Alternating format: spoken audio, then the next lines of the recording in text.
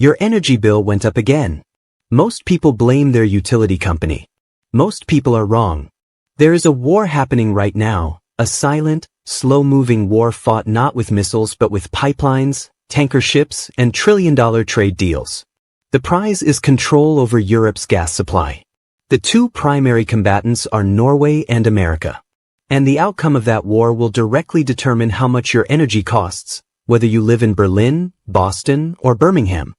Here is the question I need you to hold in your mind for the next 15 minutes. When a nation turns its natural resources into national wealth, who actually benefits? The government, the corporations, or the people themselves? Because Norway and America both sit on enormous fossil fuel reserves. Both are now the two dominant gas suppliers to Europe. But what each country does with that power tells a completely different story. And by the end of this video, you are going to understand why one of these countries is using energy as a geopolitical weapon while the other quietly built a $2.2 trillion savings account for its citizens. That question, who benefits, is the thread we are going to pull on until the whole picture unravels. Let's start with the battlefield itself. In 2021, Russia supplied roughly 45% of the European Union's natural gas. 45%. Europe's homes, factories, and heating systems were deeply wired into Russian pipelines. Then the invasion of Ukraine happened, and in a matter of months, that entire energy architecture collapsed. Now here is where most people get the story slightly wrong, and getting it precisely right matters a great deal. Russia's pipeline gas to Europe has indeed crashed, from that 45% peak down to approximately 6% of EU imports in 2025. But here is what the headlines almost universally leave out. Russian liquefied natural gas has not disappeared. It actually rose in certain European ports during the same period. When you combine Russia's remaining pipeline volumes with its ongoing LNG shipments, Russia's total share of European gas imports sits closer to 20%, not the near-zero figure that most people assume. Europe's independence from Russian energy is real but incomplete. There is a backdoor still open, and most of the political class is choosing not to talk about it loudly. What is undeniable, however, is that the central dependency has shifted. And into the gap left by the partial Russian exit, two nations stepped forward, Norway and America. Today, Norway holds approximately 30% of EU gas imports. The United States now holds roughly 25%. Together, Norway and the US account for more than 60% of everything Europe burns to heat its homes and power its industries. So when you see news about energy prices surging in Germany or France or the Netherlands, you now know that the pricing decisions being made in Oslo and Washington are the ones that actually matter. You are watching a Norway versus America energy war for control of Europe's gas future, and almost nobody in the mainstream conversation is being honest about what is actually at stake. Let's talk about Norway first, because Norway's power is the quieter of the two, and that silence is precisely what makes it so significant. Norway is not a member of the European Union. That detail is critically important. Norway is not bound by EU energy policy, not subject to EU tariff rules, and not required to share sovereignty over its energy decisions. Yet it is the single largest supplier of natural gas to the continent. This gives Norway an extraordinary amount of leverage that it has, so far, chosen to exercise with remarkable restraint. But restraint is a choice. And choices can change. Norway delivers its gas through a network of subsea pipelines stretching from the North Sea directly into the heart of Europe.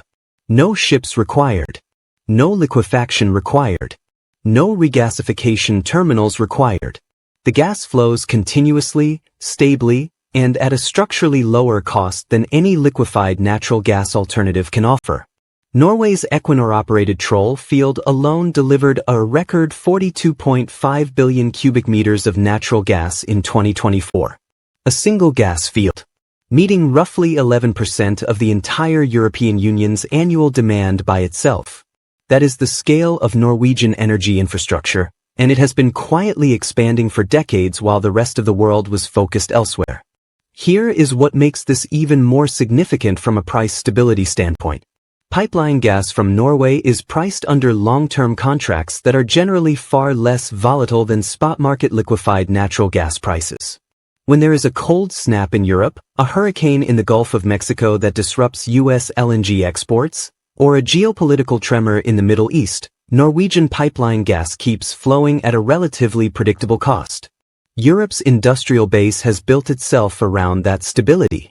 Steel makers, chemical plants, ceramics manufacturers, these industries run on the assumption of consistent, affordable gas. Norwegian pipeline infrastructure is the foundation that makes that assumption even partially credible today. Now let's bring America into the room, because this is where the story becomes significantly more complicated and significantly more relevant to your wallet. Since 2022, America has been on an extraordinary expansion of liquefied natural gas exports. The US is now shipping LNG to Europe at record volumes, and in 2025, the United States matched Norway as Europe's top-tier supplier. But the method of delivery is completely different. American gas is not piped directly to Europe. It is supercooled to negative 160 degrees Celsius, compressed into liquid form, loaded onto specialized tanker ships, sailed across the Atlantic, offloaded at European regasification terminals, and then reconverted back into gas before it ever enters the distribution network. Every single step of that process costs money. The liquefaction alone adds approximately $2.80 per unit of energy on top of the base price. Add shipping, insurance, and regasification, and you are looking at American LNG arriving in Europe at a structurally higher cost than Norwegian pipeline gas. Period. That is not an opinion.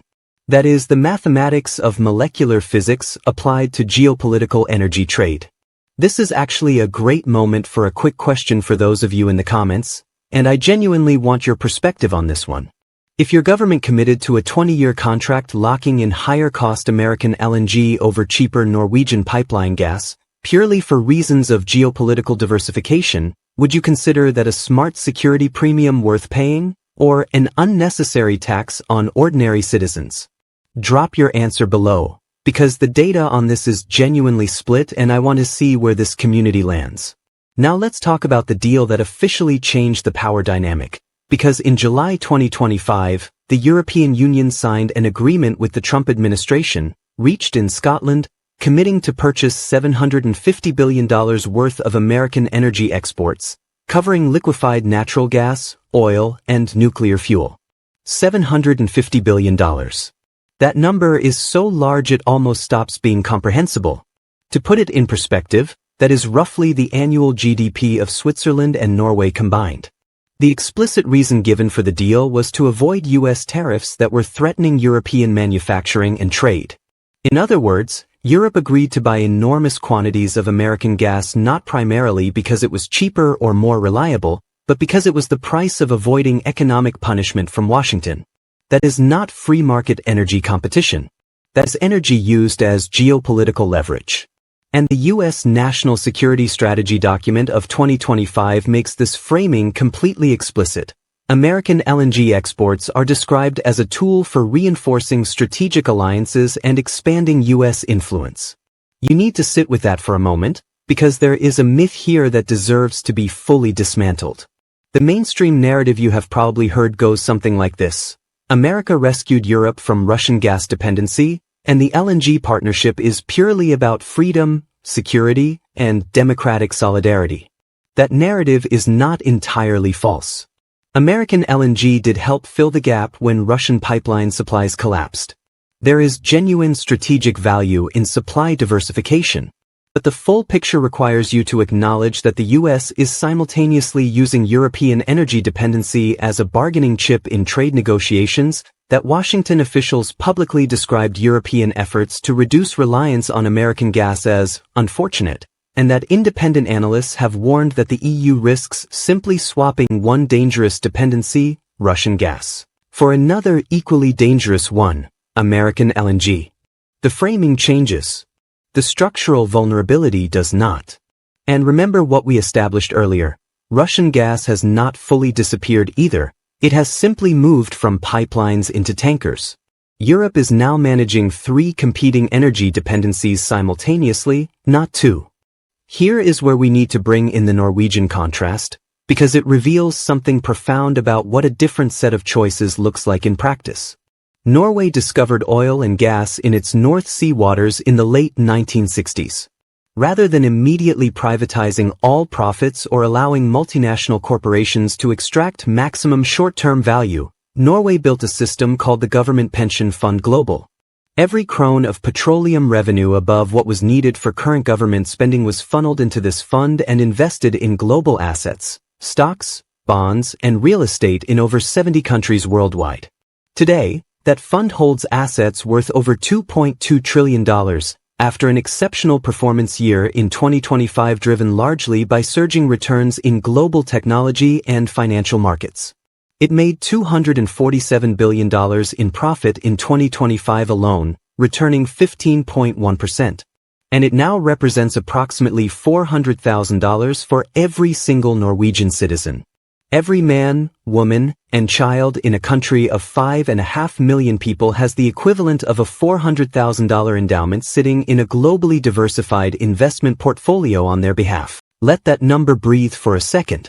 $400,000 per citizen, from gas and oil that flows under the North Sea. Now ask yourself the next logical question: what does Norway do with that money?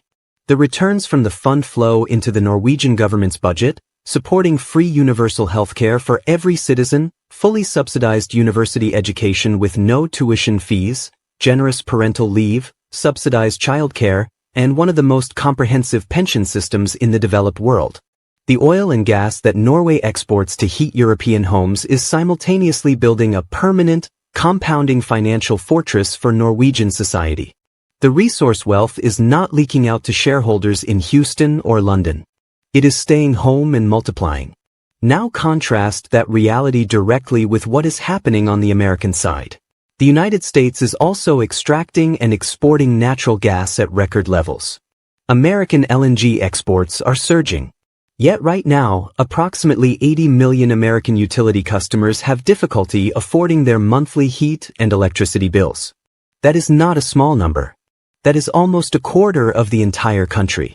Average monthly U.S. energy bills rose 35% between 2022 and 2025, climbing from $196 to $265. Roughly 21.5 million American households, 1 in every 6, are currently behind on their energy payments.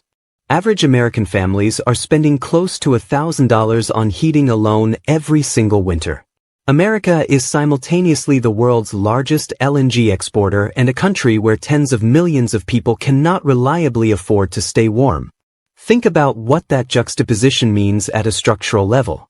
The profit from American LNG exports flows to energy corporations and their shareholders. The cost of that gas, the energy bills ordinary Americans pay at home, is largely disconnected from and unaffected by the export windfall. The mechanism that Norway built, where public resource extraction creates compounding public wealth at $400,000 per citizen and climbing, simply does not exist in the same form in the American system. The energy is being extracted from beneath American soil. The profits are being concentrated at the top. And the families sitting in underheated apartments in Ohio or Minnesota or Texas are carrying the burden of an energy export strategy from which they receive no direct financial benefit. This is exactly the kind of research we build at this channel. And if you are watching this and thinking that this is the kind of analysis that deserves more of your attention, I want to invite you to subscribe right now. Not because of any algorithm metric, but because this channel is specifically on a mission to find these hidden structural differences between the American system and Nordic alternatives, and to translate them into numbers that actually affect your quality of life.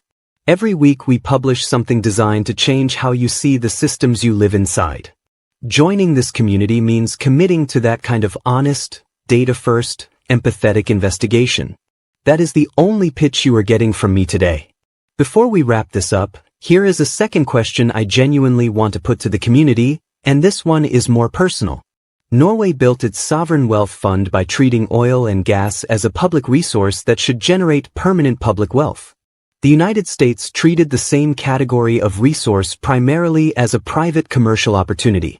If you had a vote tomorrow on whether your country should redirect all future natural gas export revenues into a citizen-owned national wealth fund, similar to Norway's, would you vote yes, knowing it might mean lower immediate corporate investment in the sector? Or would you vote no, trusting the market to distribute those benefits more efficiently over time? Honestly, this is one of the most important questions in modern political economy, and I am going to be in the comments for the first 2 hours after this video drops to engage directly with your answers and the math behind them. So let us bring this full circle and close the loop on the question we opened with. Who actually controls Europe's energy future? The honest answer is that both Norway and America hold enormous power over that future, but they exercise it in fundamentally different ways and for fundamentally different purposes. Norway's power flows through stable, affordable, continuous pipeline infrastructure, operated at a structural cost advantage and backed by a nation whose economic model is explicitly designed to convert resource wealth into multigenerational public benefit. America's power flows through a growing fleet of LNG tankers, a commercially competitive but structurally more expensive delivery mechanism, and a geopolitical strategy that explicitly treats energy exports as a tool of leverage and influence. And Russia has not left the building. It has simply walked in through the back door, continuing to supply roughly 20% of European gas when pipeline and LNG volumes are counted together, all while the official narrative declared the dependency broken. Europe is caught between all three of these realities. And European households are right now beginning to feel the cost difference in their energy bills every single month. The silent energy war between Norway and America for control of Europe's gas supply is not just a story about pipelines and tankers and trillion-dollar trade deals. It is a story about what a society decides to do with the resources that exist beneath its feet. Norway decided those resources belonged to future generations of Norwegians, and today that decision is worth $400,000 per citizen and compounding.